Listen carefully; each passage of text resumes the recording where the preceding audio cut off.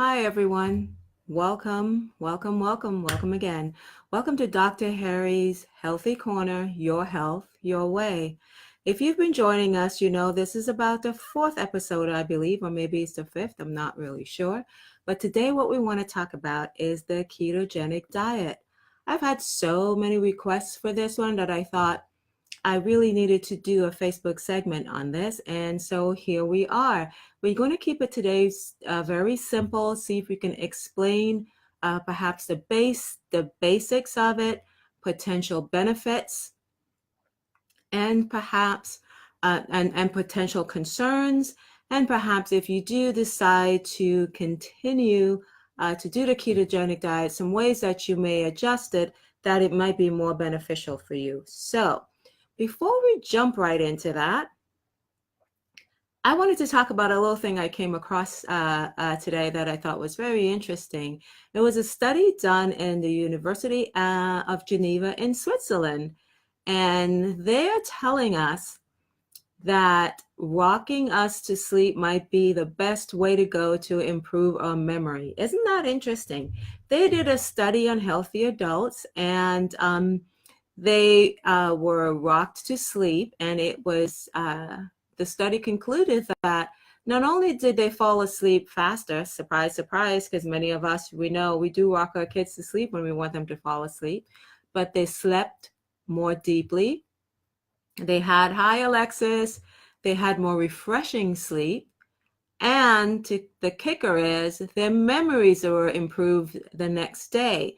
So perhaps if you have a big exam coming up, or perhaps an interview where you need to remember quite a few things, you might want to think about investing in a bed that rocks, or perhaps installing a hammock in your bedroom. So on to the ketogenic diet.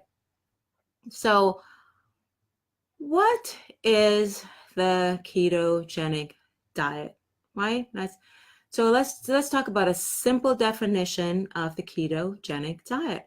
The ketogenic diet is a way of eating that reduces carbohydrates so much. Remember that carbohydrates is the primary fuel that's used by the body, that reduces the carbohydrates consumed in the diet so much that it forces the body to start utilizing fats as its primary source of fuel.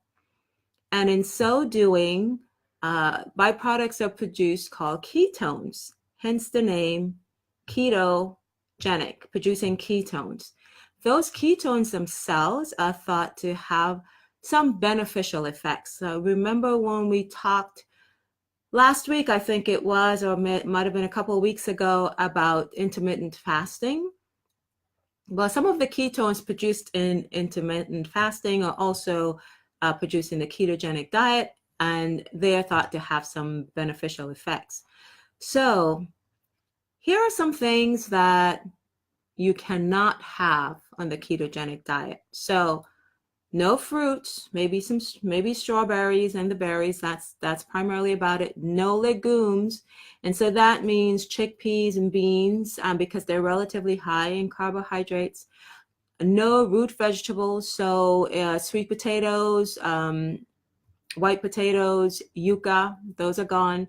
No sugars. That goes without saying. You're not able to do that. Root vegetables might be things like you haven't really thought about, like carrots or beets. Those are also root vegetables because they're considered to be slightly higher in carbohydrates when you're eating in a ketogenic way. So this diet tells us that the amount of carbohydrate that you can consume is about 20 to 50 grams of carbohydrates daily. If you're asking, well, how much is that? Well, think about the size of a small apple, and that's about 20 grams of carbohydrates. So maybe 2 apples a day would be equivalent to about that. That is the amount that has been shown to produce ketosis in the body, or force the body to start then utilizing fats because it doesn't have enough glucose in order to do that. So initially, when this diet was was created. It was used primarily for children with intractable seizures, meaning children who had seizures that could not be treated in any other way, did not respond to any other therapy, did not respond to any medications. And this was primarily a last resort to control these seizures. And believe it or not, it was successful. They were able to control seizures using the ketogenic diet. And so the brain primarily of these children stopped using glucose and started existing on ketones, and that seemed to lower the to increase the seizure threshold or make these kids have less seizures. Today, however, when we talk about the ketogenic diet, we seem to be talking more about weight loss. At least the questions that I have from my patients and from anyone who's asked me about a ketogenic diet has always been in reference to weight loss. And do I think that it's a good weight loss tool? And so here are some studies. There have been studies done on the ketogenic diet. Yes, many animal studies and as well as some human studies. The human studies have been and very small sample sizes, small amount of individuals, and they have perhaps been up to about 52 weeks or so, at least the ones that I have seen. And so some benefits that have been shown in these studies is weight loss.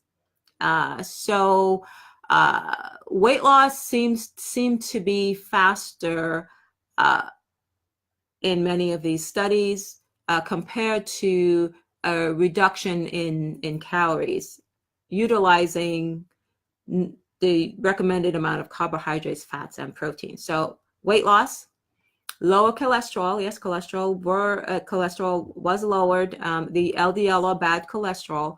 The interesting thing with the weight loss, though, is that many of the studies suggest that the benefits that were initially gained on the ketogenic diet kind of evened out over time with weight loss. So people lost about the same amount of weight given a long enough time. Ketogenic diet was shown to improve blood sugar. That would make sense because we're no longer utilizing glucose, and so improved insulin levels and improved blood sugar in type 2 diabetes. Most of these ketogenic diets were performed on people with high BMIs or people that would be medically classified as obese. And I say that because oftentimes it is really difficult to extrapolate those studies to people who are not considered obese or who have normal BMIs or body mass index. So another interesting thing that showed up in one or two studies was that it may decrease your hunger by increasing the hormone that controls hunger. There are a few studies that suggest that. There were super small samples on these studies, and in some cases that was not reproducible, meaning that other studies couldn't come up with the same conclusion. So that was important to note.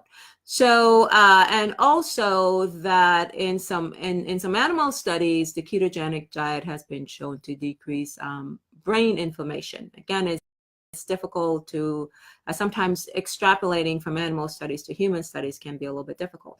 So you can understand that the ketogenic diet was initially started with children with epilepsy or seizures. Of course, now the idea is exploring the possibilities that it may help with Alzheimer's, Parkinson's, etc. So this sounds like a really fantastic diet. So what is the potential issues here? Well, there are quite a few potential issues, and of course, there are people who are divided on both sides of this diet. And I usually think, again, the answer is usually somewhere in the middle. And also, the answer always depends on what is genetically sound for you, what makes you feel good, and what doesn't make you feel good, what produces numbers that are good for you. So here are some of the concerns.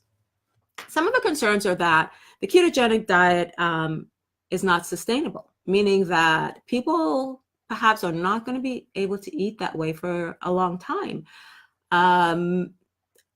Are you able to remove a significant amount of carbohydrates from your diet, reducing it to about 20 to 50 grams a day for a sustainable amount of time?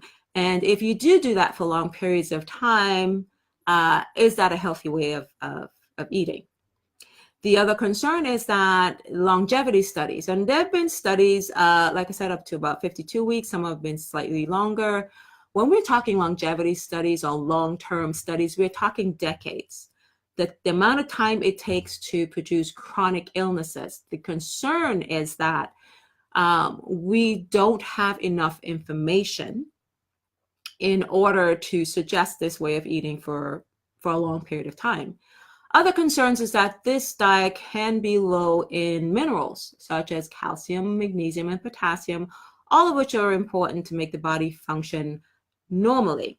Now, many people on a ketogenic diet will compensate for that by ingesting electrolytes or taking electrolytes along with the diet. The other concern is that oftentimes when people approach the ketogenic diet, they may approach it in a way that protein consumption is relatively high. The concern is that they might start using more processed meats or treated meats, such as a bacon, which theoretically would, nothing against the bacon lovers out there, but it would theoretically be part and acceptable of this diet. There will be a high amount of saturated fats. And so the concern is that with this elevated amount of protein and perhaps processed meats and saturated fats, that in some studies have really been shown to be detrimental to health and perhaps contributing to increased risk of GI cancers, such as colon cancers, and increased risk of perhaps high blood pressure and concerns about elevated cholesterol. Will eating this way in the long term contribute to some of that? And that is a real concern, because there are some studies out there that suggest that this might indeed be the case. Then the concern about longevity, interestingly enough, towards the last year, there were 2 studies that were published.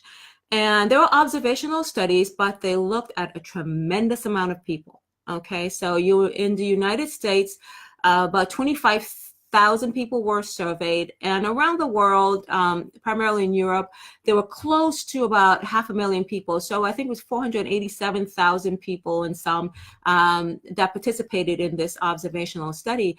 And what they found was very interesting. They found that people who consumed either too little carbohydrate or too much carbohydrates actually had an increased risk of death from all causes. And the happy medium seemed to be about consuming about 50% of carbohydrates in a diet. Now, I'm sure that would, of course, what type of carbohydrates are you talking about? But it did show that, and it also did show that it did also link increased risk of heart disease and strokes to extremely low carbohydrate diet. So that is some concern. Another possible concern is that eating in this way could increase the acidity of the urine in the body and perhaps contribute to kidney stones. That would be a very rare occurrence, but it is a theoretical concern. And then, of course, the concern is that with yo-yo dieting, that some people will use this diet to lose weight and then go back to eating high carbohydrate foods, and using this diet to lose weight and then go back to using high carbohydrate foods. And actually, this may be a problem with actually increasing the risk of diabetes, because many years ago, and some studies have suggested that when we consume when we eat this way, or perhaps even in starvation, that even though the body becomes, the muscles become more sensitive to insulin, that other parts of the body may become insulin resistant, such as the liver. And actually, there's a terminology for that called starvation diabetes. So there is some concern. But so having laid out all the concerns and the benefits, and you're thinking, well, you know what, you did say that this sounds like something I might want to try. Keep in mind that it needs to be done well. Okay, I would suggest that still make the foods and the fats that you consume to be healthy ones. There's some studies that perhaps might be out there to give us some guidance on this tool. There was one study that was done using about 14% carbohydrates and 25% protein and 58% fats, and they got a reduction in blood pressure. They got a reduction in weight loss, but and they got a reduction of cholesterol levels. They thought it was also very similar to a reduced caloric diet that had a slightly elevated more carbohydrates. And so there's also one study that looked at alternating the ketogenic diet with the Mediterranean diet. And so they found that that was actually more sustainable. And also the Mediterranean diet includes a lot of healthy fats as well. It does include more vegetables and fruits, and it's a little bit more balanced. And so they found that some alternating with a ketogenic diet and the Mediterranean diet was more sustainable and gave sustained results in terms of lowering blood pressure and cholesterol. So I like to use a balanced approach to eating. I find it's more sustainable. I do believe in removing processed foods from the diet. I think they're a bit of, they certainly contribute to a lot of issues. I believe in healthy fats. There's some individuals genetically that do not handle saturated fats very well. So those individuals may want to be very, very structured in making sure that their fat intake would be from the healthy omega-3 type fats, and would want to consume things like avocados and nuts and things like that. And you really, with a keto, you would want to make sure that you include a good amount of vegetables in this diet, because there could be, remember, fiber is being removed here, because a lot of the higher fiber foods, fiber is a carbohydrate, a lot of the higher fiber foods are removed. And also vegetables have a good deal of antioxidants, so you want to make sure that you consume a lot of vegetables. So consider things like, if portobello mushrooms include that, like cabbage steaks with tomatoes and basil pesto, and like a curried cauliflower, a kale combination. So try to bring as many of these vegetables on board as possible. Follow along with your doctor to make sure that you're not creating any imbalances that could harm your health, because it can be a challenging a diet to follow. I find things like the Mediterranean diet to be a little bit more easy to follow, but in conclusion, the ketogenic diet does help with weight loss. There's some controversy if it helps any more than a reduced caloric diet. So let's turn to some questions. Let's see if anybody has any questions, and we'll answer those questions for you. So let's see. We have, okay, hi, Diana, nice to meet you. Okay, so let's see here.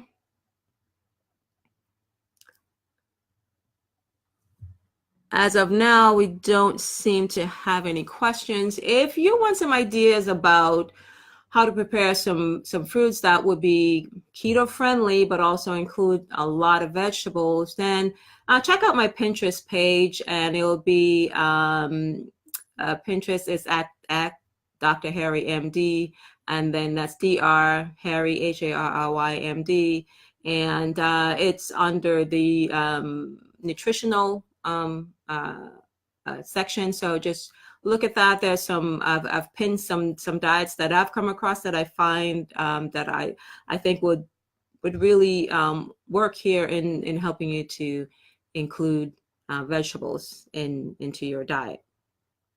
So let's see. Well, so far there doesn't seem to be any questions. I guess I'm just really, really good at explaining what the ketogenic diet is, or perhaps you guys are already super familiar with what the ketogenic diet is, and so you don't have any questions. For those of you who perhaps don't feel like asking any questions right now, please feel free to send those questions in, and I will be happy to answer those questions for you. If I'm not able to answer them in writing, then I will certainly address them on the next Facebook Live session, which I believe is next Wednesday. I know we're taking a Wednesday off. I'm not sure if it's next Wednesday. So please check the schedule for that. And again, let's see. So Marilyn wants to know about dairy alternatives in the keto. Yes, Marilyn, there are some dairy alternatives. So nuts, the milk from certain nuts can be a keto a dairy alternative here for those of you who, again, are dairy intolerant or perhaps have an allergy to dairy. Those are some things that you could consider. Okay, let's see. Okay, let's see here.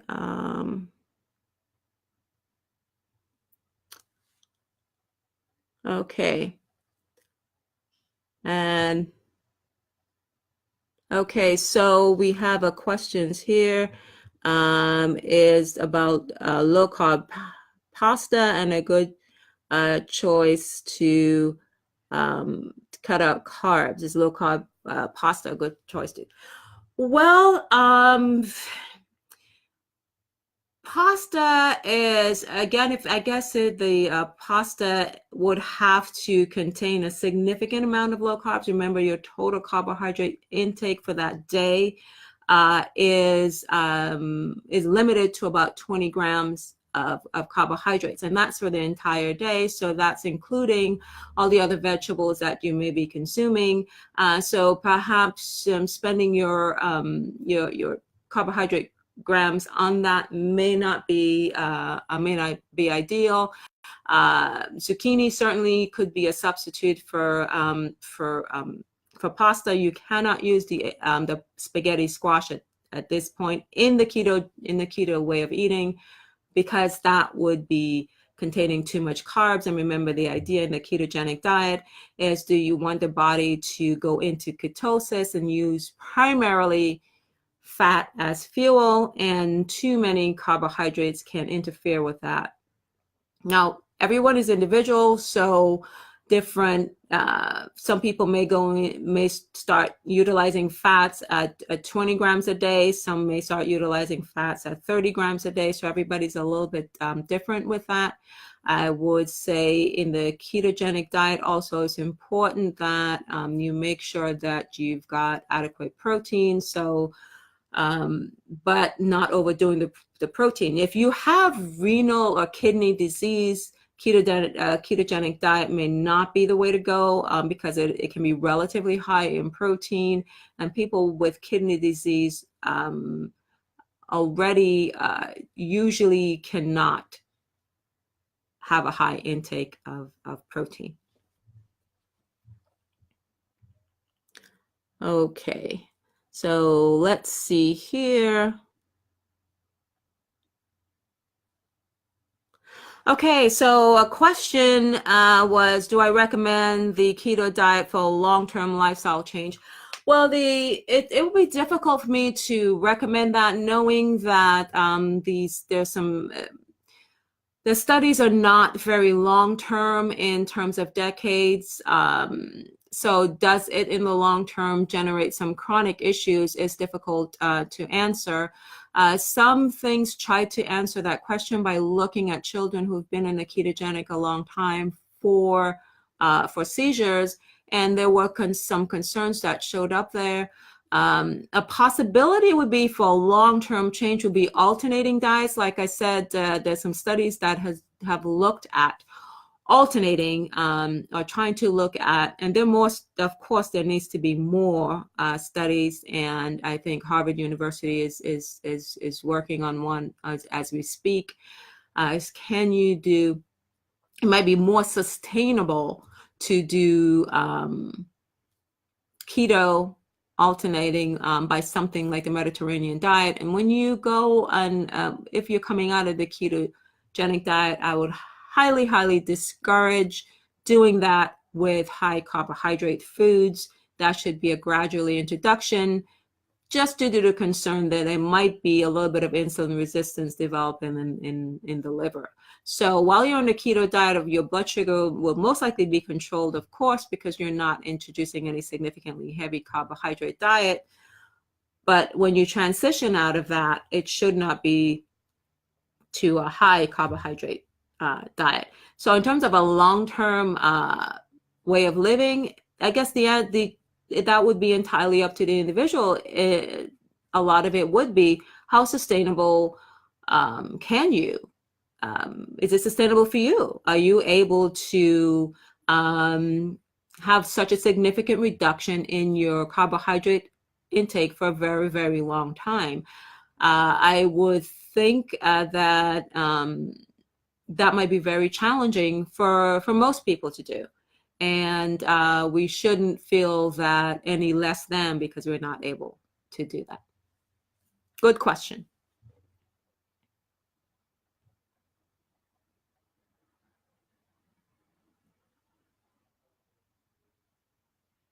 Okay, so let's see if there are any more questions. Oops.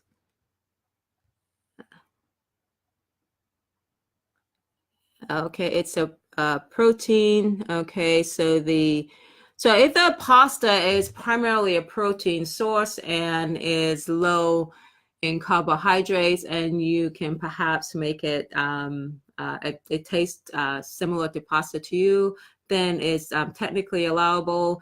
Even though many hardcore keto eaters and who insist that a healthier way of doing it would be to avoid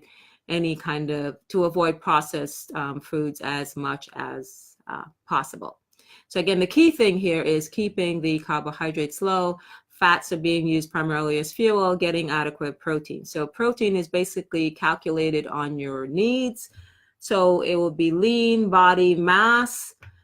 And so you would need to know your body fat percentage, get that percentage, see how much of your weight is fat. So let's say, for example, we're making it super easy. We're saying 50, you weigh 200 pounds and 50% of that is fat. So your lean body weight will be about 100. And so then your protein requirement, if you're a relatively sedentary person, would be about 60 grams. So the idea is to make sure that you get adequate protein, but not too much protein. In fact, many avid keto followers really try to top out at about 30% protein. Some may push it to 35%.